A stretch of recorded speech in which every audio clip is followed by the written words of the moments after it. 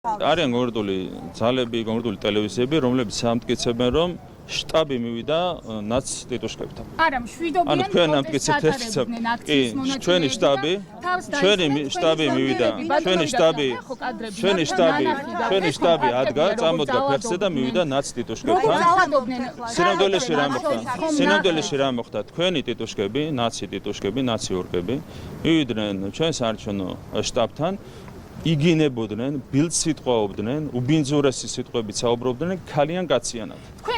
კაცი, ესენი იყვნენ, ჯერ ეს დაგმეს მე რაც გითხარი.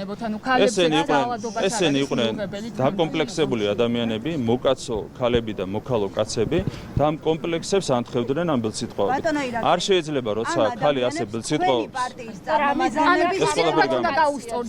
ამ პროვოკაცია არა რა თქმა უნდა.